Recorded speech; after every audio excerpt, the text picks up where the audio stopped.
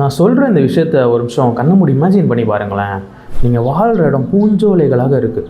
வத்தி போகாத பாலாறு, தேனாறு, மதுவாறு ஓட தங்கம், வெள்ளி, மரகதத்தால் செஞ்ச மாளிகை உங்களை சுற்றி இருக்க, நீங்கள் என்ன நினச்சாலும் அது உங்கள் கையில் வந்து கிடைக்க, உங்களை சுற்றி எல்லாருமே நல்லவங்க மட்டுமே இருக்கிற ஒரு கற்பனைக்கு எட்டாத ஒரு இடத்துல வீடு கட்டி வாழ்ந்தால் எப்படி இருக்கும்? சூப்பராக இருக்கும்ல?